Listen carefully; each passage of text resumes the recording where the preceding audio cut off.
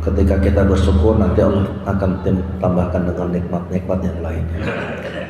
Kemudian salawat dan salam semoga tercurah kepada Nabi besar Muhammad sallallahu alaihi wasallam, kepada keluarganya, sahabatnya dan seluruh umatnya, dan mudah-mudahan semua kita jadi orang-orang yang pantas mendapatkan syafaatnya. Amin Allahumma amin. Baik bapak-bapak, ini masih dalam kaitannya bab keikhlasan dan niat dalam kitab Riyadhus Shalihin. Kemudian ada hadis menyebutkan, kalau kemarin menyebutkan hadis tentang orang yang nggak ikut perang, ya, nggak ikut perang, tidak melakukan perjalanan, tidak naik bukit turun lembah, tapi dia mendapatkan pahala persis seperti orang yang ikut pergi berperang. Yang berikutnya hadis yang ke-5, disebutkan ada seorang sahabat itu, kalau hadisnya dia itu suka sekali kalau ke masjid bawa uang, kemudian uangnya itu ditaruh di bawah alas, di bawah alas. Nah, gitu. Kemudian dia niatnya sodako, siapapun yang dapat uang ini saya niatnya sodako. Nah, gitu. Ternyata anaknya ke masjid dapat uang itu. Ceritalah anaknya, saya dapat uang ini di masjid. Kata bapaknya, bukan kamu maksud saya. Maksud saya yang seharusnya nerima bukan kamu, orang lain. Kata anaknya, enggak, ini saya nerima, saya yang nemu. Gitu. Akhirnya diadukan kepada Rasulullah. Kata Rasulullah, laka ma nawaita ya Yazid, walaka ma akhadta ya Ma'nan. Bagimu apa yang kamu niatkan ya Yazid, tapi bagi anaknya, bagi anakmu, maksudnya walaka ma akhadta ya Ma'nan, bagimu ya Ma'nan, rezekimu karena kamu yang dapatkan. Gitu. Jadi pokoknya kalau kita niatnya melakukan sesuatu, kemudian orang yang tidak yang menerima itu, siapapun menerima itu, maka dia mendapatkan pahala sedekah sesuai dengan niatnya, walaupun yang ngambil itu adalah anggota keluarganya. Karena kalau saya langsung sedekah nih, saya bilang kan, ini sedekah Abi untuk kamu, enggak sah. Saya ngasih sedekah ke istri saya, enggak sah Pak. Bukan sedekah tapi kewajiban. Tapi kalau saya ngasih siapapun yang ngambil uang ini, yang terima uang ini, ngelmu uang ini, maka saya niatnya sedekah. Kalau yang ngambil anaknya atau ibunya atau istrinya maka sah. Contoh nih Pak, ada orang miskin, bingung dia, ya Allah, nggak punya beras. Beras ini bukan untuk saya makan, tapi niat saya untuk zakat fitrah, karena setahun sekali. Karena zakat fitrah kan setahun sekali. Maka orang-orang itu kalau saking pentingnya ibadah zakat fitrah ini, maka dia tidak akan melewatkan setahun kecuali dia harus bayar zakat fitrah. Tapi nggak punya uang, nggak punya beras. Tiba-tiba ada orang ngasih beras itu ke dia, Pak, ini zakat fitrah saya untuk Bapak. Alhamdulillah, makasih ya. Begitu orangnya pergi, dia bilang, ini saya dapat modal untuk zakat. Akhirnya dia datang ke tetangganya, Mas, ini zakat fitrah saya untuk Mas. Kemudian yang lain juga begitu, terus muter sampai akhirnya dia dapat lagi Pak. Dia lihat, loh, ini kreseknya nggak berubah, ada bekas-bekas cabenya atau apa gitu kan, nggak berubah. Ini berarti yang tadi nih. Hah? Jika tidak diniatkan dari awal, maka sah dan boleh. Tapi kalau sudah diatur, nanti ke Mas Gopur ke ini terus, nah, itu nggak sah. Maka tergantung dari niat awal. Ini ada berzina, walaupun itu isinya. Kemudian kita lihat hadis yang berikutnya tentang ini ya. Idza qatalal muslimani fi bi sayfihima fal qatil wal maqtul finnar. Jika terjadi perkelahian dua orang muslim, maka orang yang membunuh maupun yang terbunuh dua-duanya masuk neraka. Kemudian seorang sahabat bertanya, "Hadzal qatil fama balul maqtul?" Kalau yang bunuh ya pantas masuk neraka. Kalau yang terbunuh masuk neraka. Kenapa? Karena niatnya. Innahu kana harisan ala qatli sahibihi. Kenapa? Karena dia berniat membunuh saudaranya. Keduluan aja, Pak. Karena keduluan aja. Gitu. Maka tergantung dari niatnya. Jadi bapak-bapak, makanya dari sini kalau ini hadisnya tentang keburukan orang. Jadi kalau ada orang niatnya mau sedekah, niatnya mau sedekah. Ternyata sebelum sedekah uangnya kecopetan, maka dia mendapatkan pahala sedekah. Contoh lagi, ini adalah kisah. Ada ibu-ibu mau melihara kambing dari kecil, diniatkan untuk kurban. Begitu sebulan sebelum penyembelihan, dia datang ke kita, "Ustaz, kaki kambingnya patah, Ustaz. Masuk parit, jatuh, patah. Boleh nggak korban dengan ini?" Boleh. Nah, suatu saat teman istri saya cari kambing besar, yang nggak hamil apa namanya? Macir. Boleh nggak? Nggak boleh. Loh, ini nggak boleh. Kenapa yang kemarin boleh? Yang kemarin memang diniatkan untuk korban.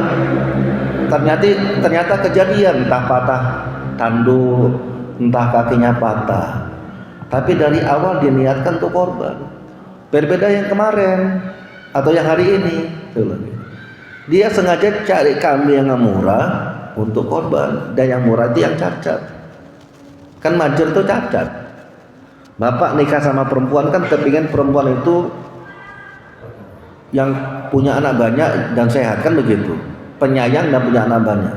Mungkin nggak bapak nikah sama perempuan tiba-tiba memang bapak tahu dia ini, kalau kami kan majir, kalau perempuan apa? Mandul, bukan majir.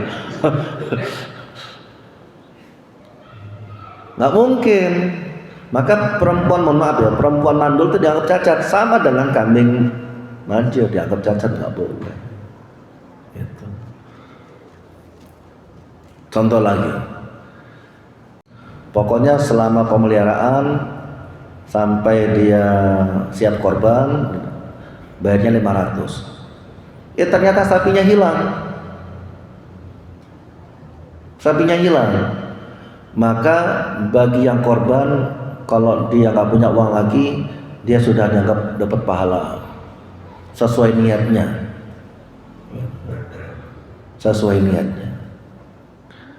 Sama dengan yang melihara, yang gaduh ya, apa tuh? Orang yang kita upahin untuk jaga, kalau dia memang berupaya sungguh-sungguh untuk jaga, ternyata sapinya hilang, maka dia nggak perlu ganti. Berbeda dengan gini contoh. Ini ada sapi bagus. Kita beli, kemudian kita kasih upah 2 bulan 3 bulan sebelum korban. Kemudian sama orang itu disewain ke orang lain untuk kontes sapi-sapi besar-besar. Ternyata begitu kita sewain ke kontes, ternyata mati. Maka yang nyewain tadi itu harus mengganti. Kenapa? Karena dia nggak jaga. Itu ya. Kenapa? Karena niatnya. Contoh lagi Pak. Bapak punya uang 100.000. Bapak membeli buku harganya kira-kira 100.000. Cuman Bapak nggak mampu. Kenapa? Karena jauh tempatnya. Suatu saat teman Anda, teman Bapak mau pergi ke suatu tempat yang melewati tempat itu. Kemudian kita bilang begini, Mas, tolong beliin buku ini ya, ini uangnya gitu. Kalau orang ini bersungguh-sungguh jaga, kemudian di perjalanan dia kehilangan uang itu, maka bapak yang nitip itu nggak punya hak untuk minta kembalian atau ganti rugi. Saya minta ganti rugi. Kenapa? Karena orang tadi menjaga dengan sungguh-sungguh, memperlakukan uangnya seperti dia memperlakukan uang sendiri. Tapi kalau dia naruhnya basing-basing, kemudian kecopetan atau hilang, maka dia mengganti. Jadi kalau bapak nitip motor,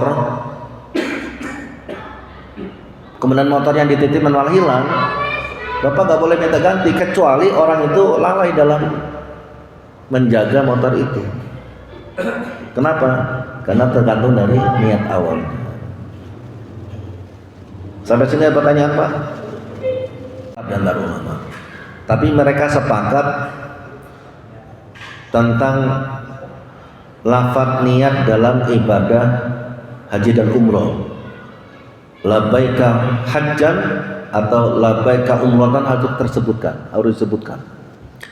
Tapi tentang niat dalam sholat, niat dalam lain-lainnya, itu para ulama beda pendapat. Di antaranya ada yang harus yatalafat biniat, ada yang tanpa melafadzkan niat. Kalau bapak gini, azan asar, kemudian bapak bangun, kemudian bapak wudu, kemudian bapak datang ke masjid, itu sudah bagian dari niat. Sehingga beberapa ulama tidak perlu melafadzkan niat, karena langkah dia, pekerjaan dia sesuai dengan apa yang diniatkan.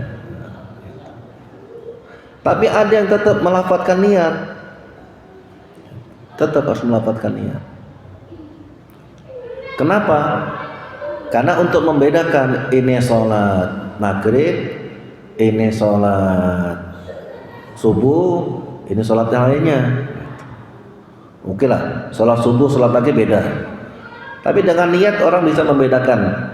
Ini sholat subuh 2 rakaat, atau qobliyah 2 rakaat, atau tahiyatul masjid 2 rakaat gitu. Terlepas itu bapak milih, bapak mau melafadzkan niat silakan, yang enggak silakan.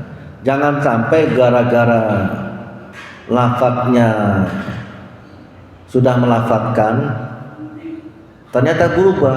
Contoh, bapak niat nih, usolli sholatal maghribi salasa rakaatin munfaridan lillahi ta'ala. Saya niat sholat maghrib 3 rakaat sendirian lillahi ta'ala. Kalau sendirian apa Pak? Hah? Kalau sendirian apa? Kalau sholatul makmuman berarti kan kita sebagai makmum. Hah? Apa? Ya lillahi ta'ala aja. Kan ada orang yang imam makmuman, yang makmum jadi makmuman. Ternyata di tengah perjalanan, karena bapak sholatnya masbuk, ada orang noel bapak, noel. Dia pun niat lagi, saya niat sholat maghrib 3 rakaat makmuman, kan begitu. Masbuk pula. Begitu dapat rakaat kedua atau ketiga, dia berdiri kan, nambah rakaat. Begitu dan nambah rakaat, ada orang di belakang mulai lega. Kayak mana itu? Niat awalnya makmum, ternyata dia di imam. Nah, ini jadi khilafnya. Sehingga ada orang kalau niatnya sudah makmum nggak mau jadi imam,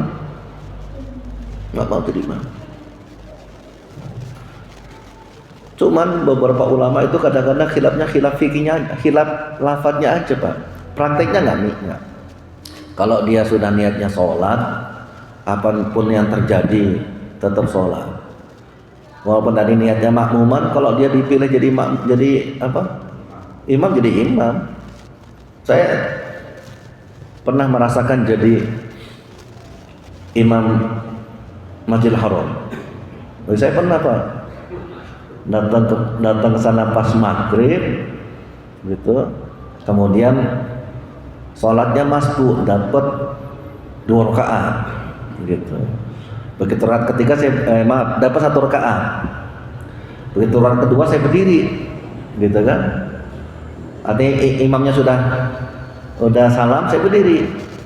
Saya pikir 3 orang jemaah saya aja kan, waladhdallin, waduh rame ini. Jadilah jadi imam masbuk.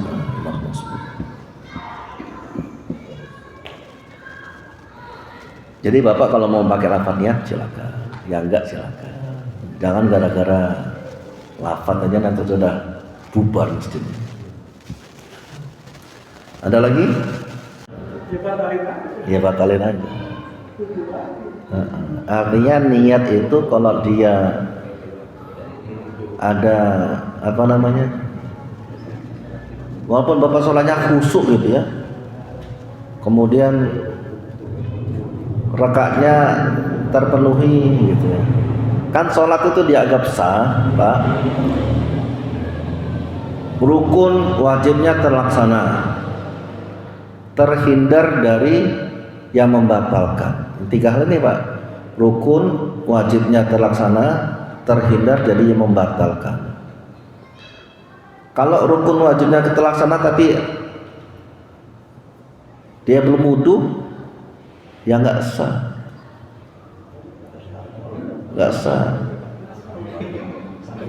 Contoh lagi, ini kita masuk dalam bab pernikahan. Ini kisah nyata. Ada seorang pengusaha makanan, banyak rumah makan Padang ini banyak. Kemudian dia mau nikah sama perempuan, nggak pamit sama istrinya.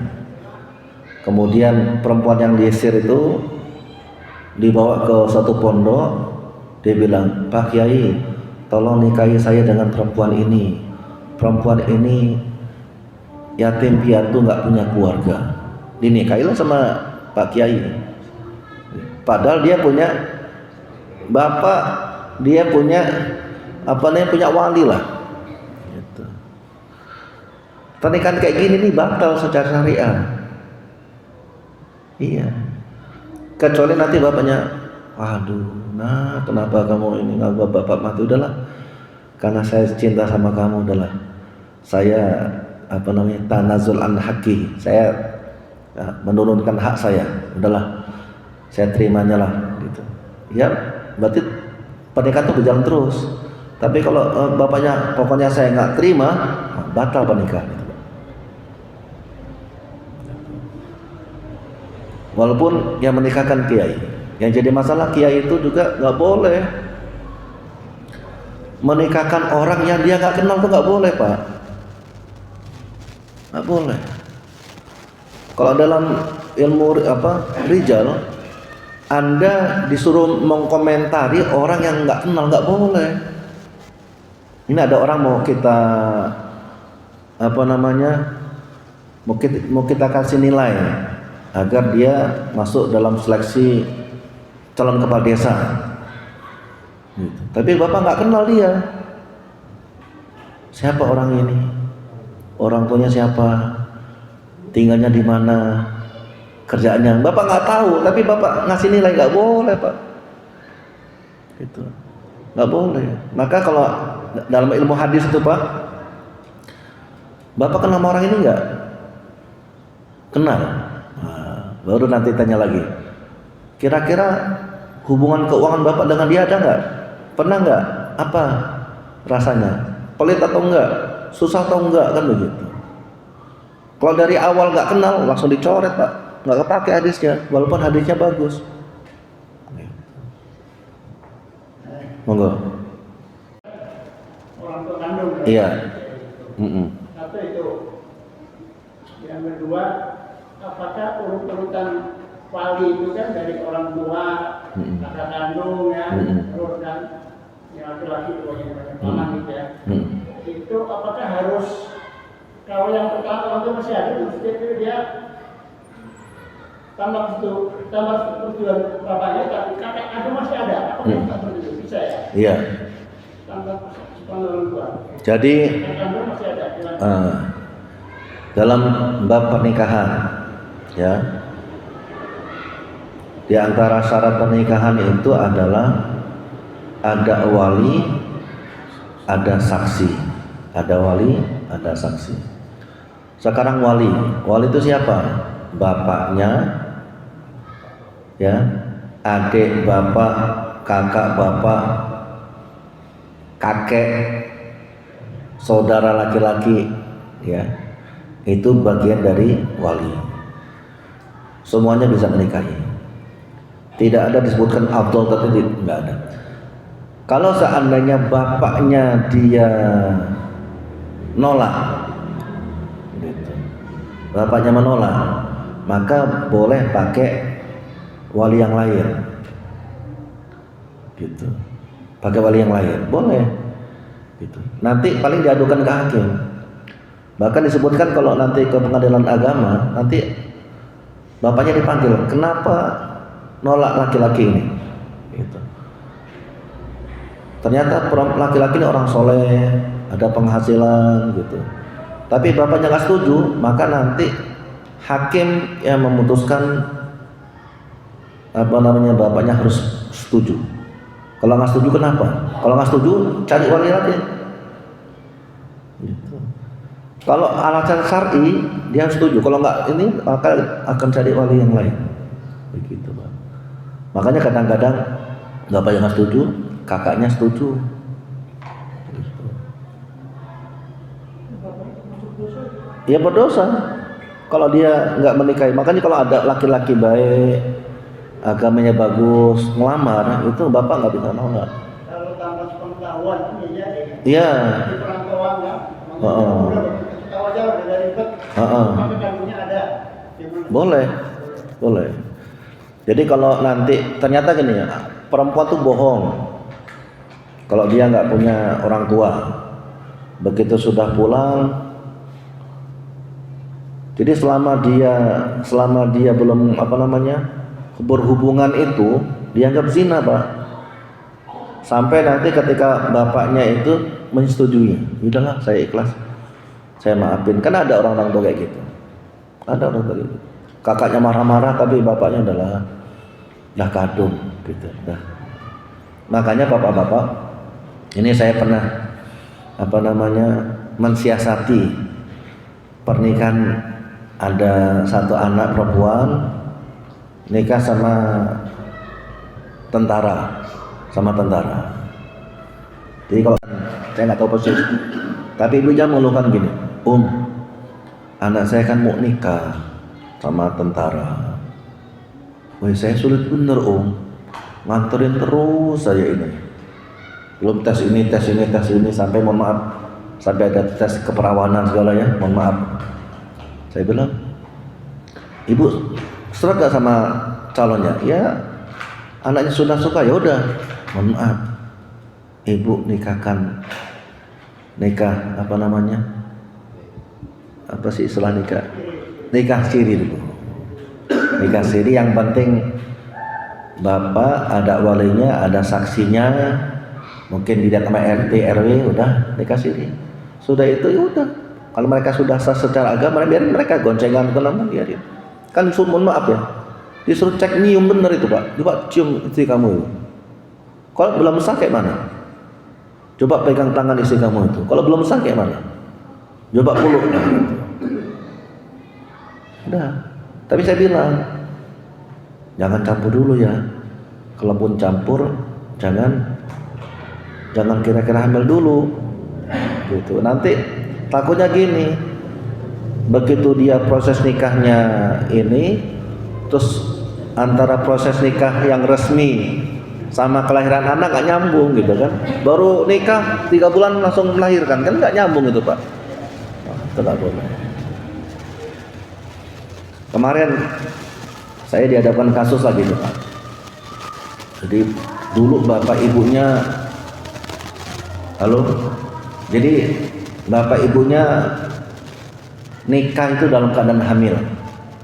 Kenapa?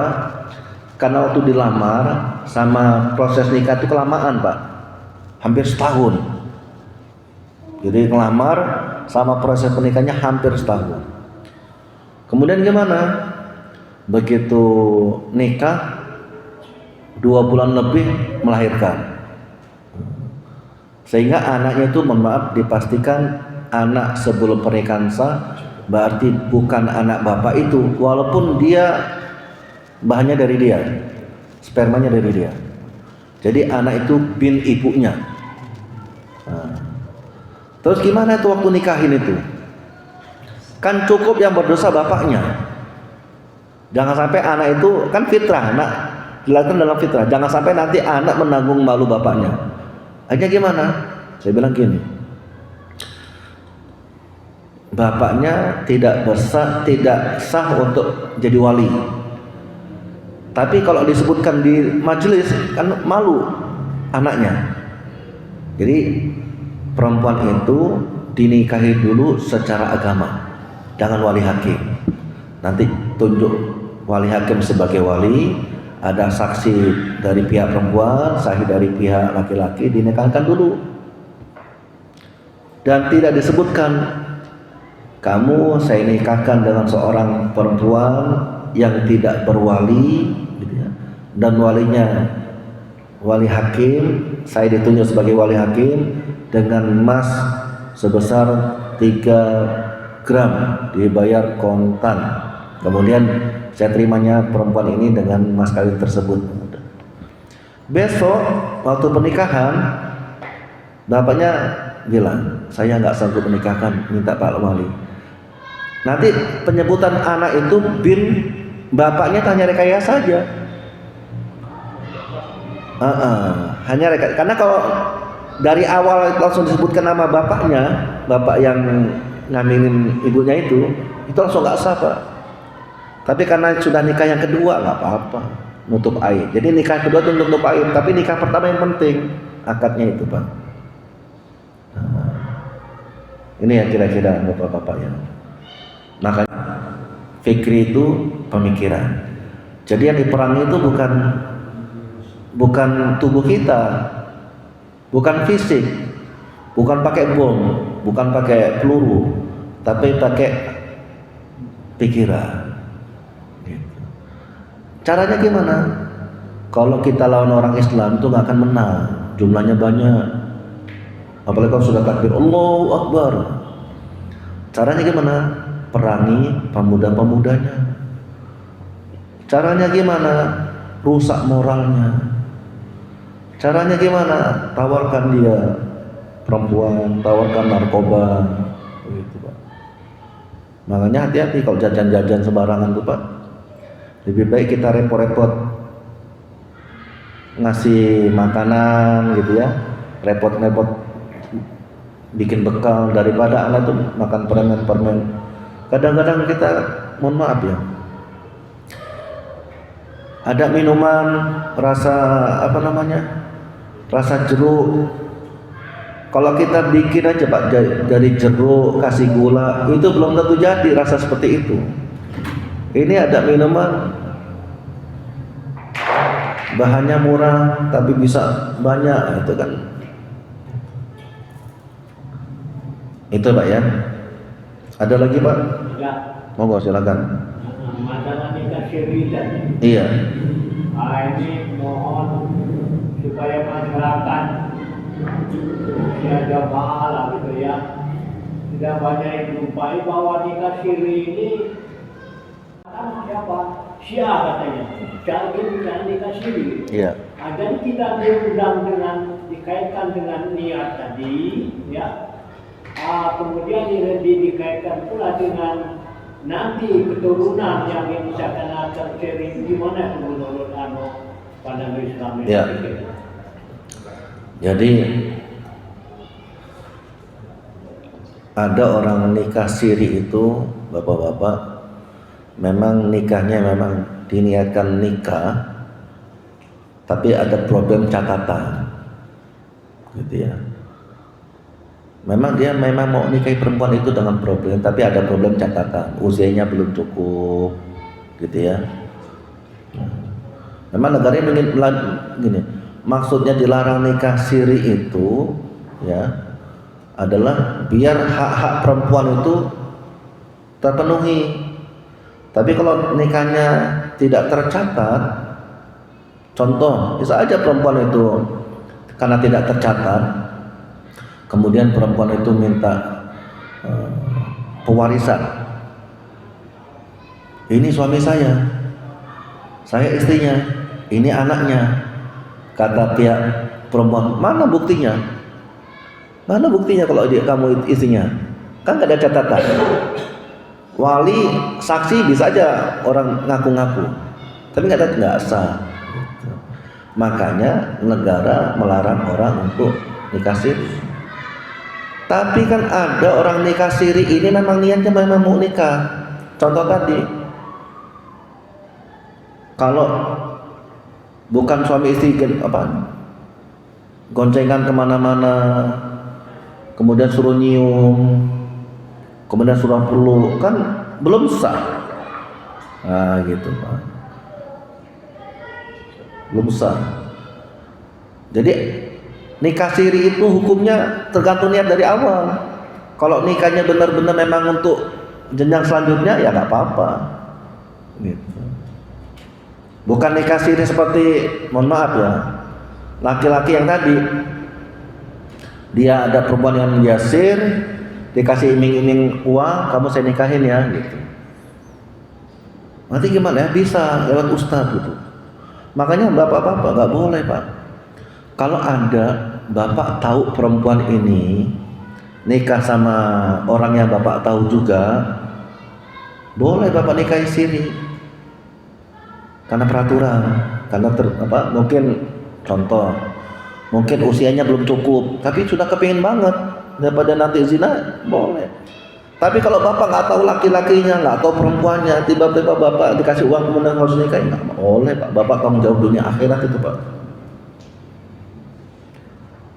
Kadang-kadang banyak Pak datang ke pondok, Ustaz tolong dinikahin pula. Iya nggak boleh kayak gitu. Nanti kalau keluarganya perempuan itu nuntut, bapak yang nikahi, yang jadi wali, yang jadi saksi, bisa penjara semua. Ini cerita KUA Abung Timur, petugas haji bareng sama saya. Jadi ada laki-laki, mohon maaf, nyulik perempuan, kemudian dia datang KUA, tolong nikahin ini saya dengan dia. Ini orang miskin, nggak punya keluarga, nggak punya. Kan diminta, coba ada ini KTP-nya nggak, ada kakaknya nggak, dilacak kakaknya. Nggak mau nih, masih ada kok bapaknya, masih hidup kok, ada berdasarkan surat kakak dia, kan masih hidup bapaknya, nggak mau. Akhirnya dia minta laki-laki itu cari ustadz yang mau menikahkan, dinikahin Pak. Keluarganya yang di mana tuh datang nuntut. Akhirnya apa? Ustadz itu saksinya yang ecak-ecak jadi wali masuk penjara semua sekarang. Iya, hati-hati. Maka ketika saya diminta menikahkan perempuan yang belum cukup usia, saya tanya, benar nggak ini anak gadis bapak? Benar, memang tetangga saya. Terus saya minta ini yang laki-laki, saya lihat surat-suratnya. Kemudian memang perempuan ini kan syarat pernikahan 19 tahun. Perempuan ini 18 tahun, 10 bulan, kurang 2 bulan lagi, tapi sudah kadung kebelet.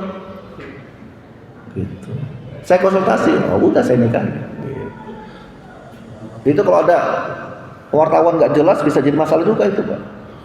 Makanya waktu saya nikah kan saya bilang jangan undang orang banyak, cukup kita yang tahu. Ini kira-kira. Jadi bapak nanti pulang ini jangan langsung mikir nikah siri. Minta Ustadz Yudin, nggak boleh juga. Apa ya nanti harus Akad ulang? nikah lagi? Enggak.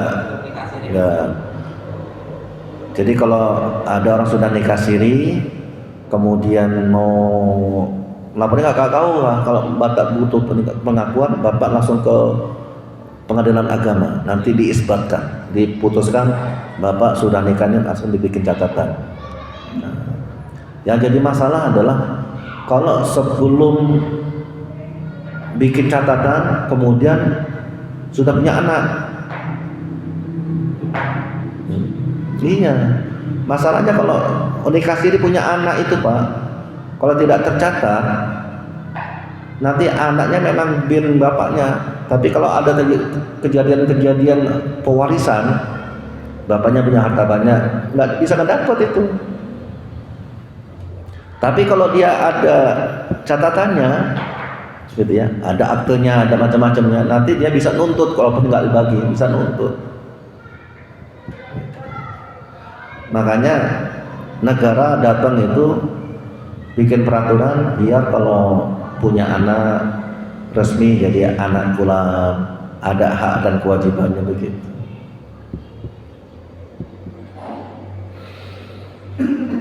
Ada satu lagi, Pak. Ya, silakan. Ini kan sudah dekat menunaikan ibadah haji ya, beberapa lagi. Kemudian sekarang ini yang banyak masalah umroh.